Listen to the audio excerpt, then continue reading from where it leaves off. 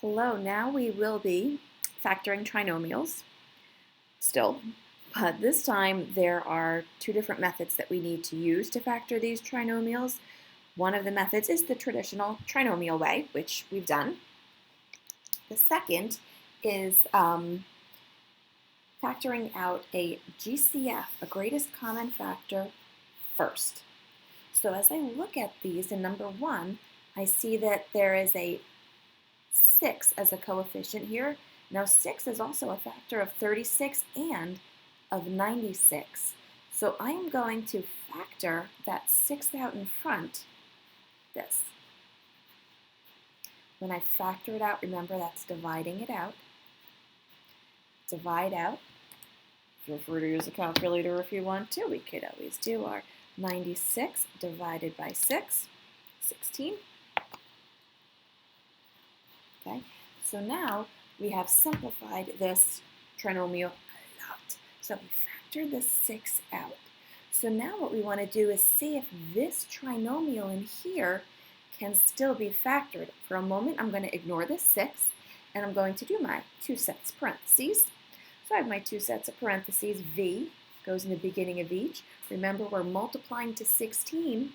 We're going to subtract to get 6. Well, 16 is 1 times 16, 2 times 8, 4 times 4. If I'm multiplying to get 16, that's all of these, one of each sign, by the way. It's negative. And I want to subtract to get 6. That's this guy. 2 and 8 will subtract to give me 6. Plus goes with the bigger number 8, minus with the smaller number 2.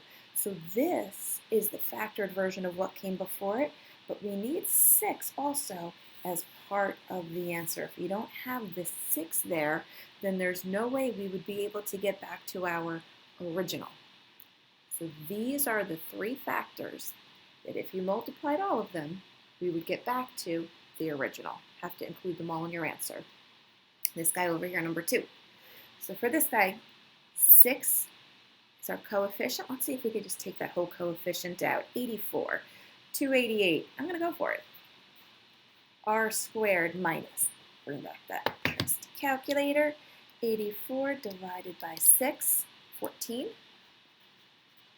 plus 288 divided by 6, 48.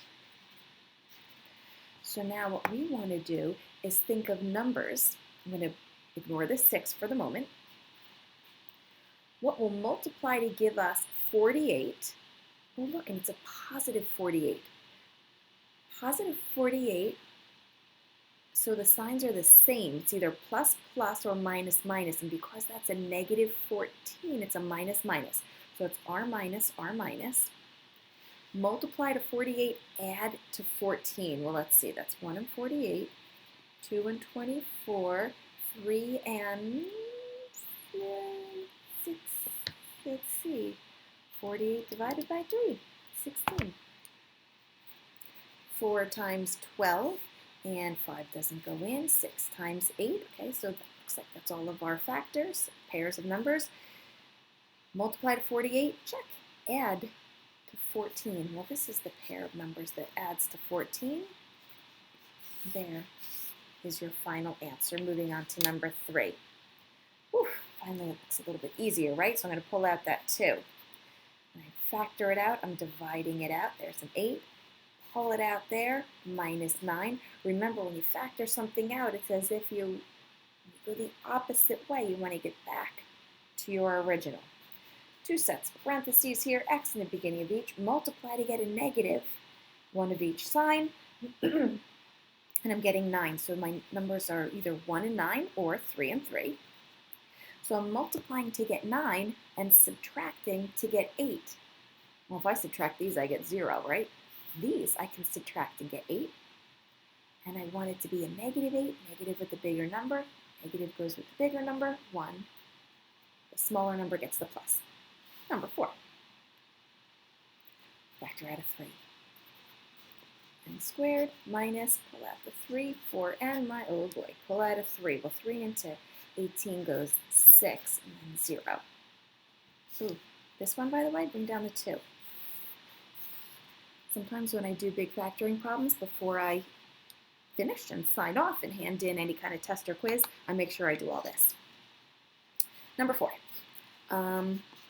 Another thing is you can bring it down right away so you don't forget. N goes in the beginning of each of these, multiplying to get a negative, one of each sign. And we're multiplying to get 60. What times what will give you 60? And you can subtract those numbers and get 4. Well, it came to me right away. So if it comes to you right away, you do not need to go through the trouble of writing out all those pairs of numbers. My numbers are 6 and 10. So I know I have one of each sign. I want a negative 4. So negative goes with the bigger number, 10 and 6. Over here, factor out of 4. R squared plus R minus, oh boy, 288 divided by 4. 72. Okay. It's going to look like this. R. Okay. So now I'm multiplying to get a negative. Okay. Plus and a minus, one of each sign, and I'm going to subtract to get 1. So I want two numbers that multiply to give me 72, and when I subtract those numbers, I get 1. Some of you already have it, and if you have it, great. I'm even going to just write it down because we want to make this video a little shorter, 9 times 8, and we want a positive. Positive goes with the bigger number. That's how that always is going to work when it's one of each sign. This sign goes with the larger number. Over here, we will multiply 5. M squared plus 5 into that goes 1, 4m plus 5 into that goes 48. Deja vu, right? Didn't we just kind of have this? So I know what my pairs of numbers are. Maybe I can even just steal them, right? 2 and 24, 3 and 16, 4 and 12. Yes, honestly, there's only so many numbers that we're going to be seeing here, so you will have several of the same problems over as time goes on. So let's see, 5. Multiplying to get a positive, so the signs are the same, and here's a plus, plus, plus. Multiply to 48, add to get 14. Stopped just short of the answer, didn't I there? So 6 and 8. Of course, I want to include the 5 in my solution. This one has all 3 pieces. This one has all 3 pieces or all 3 factors. Now I'm moving on to number 7. Number 7 looks like 4 is a factor for all of them.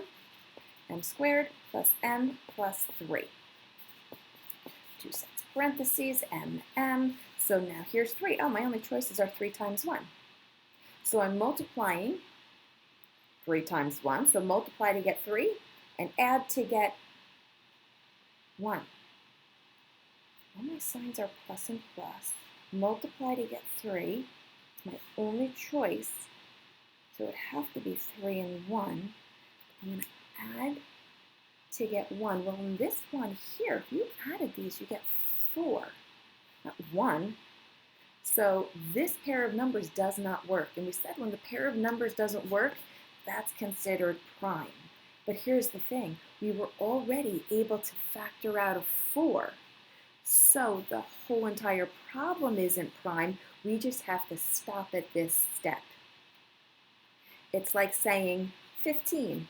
15 is 3 times 5, and then you try and factor 5 again, and you can't. Well, you wouldn't say it's prime because 5 is prime. No, you say the factors are these two, and then we just stop there. So sometimes we think we can go farther, and we can't, so just stop. And that's the final answer there.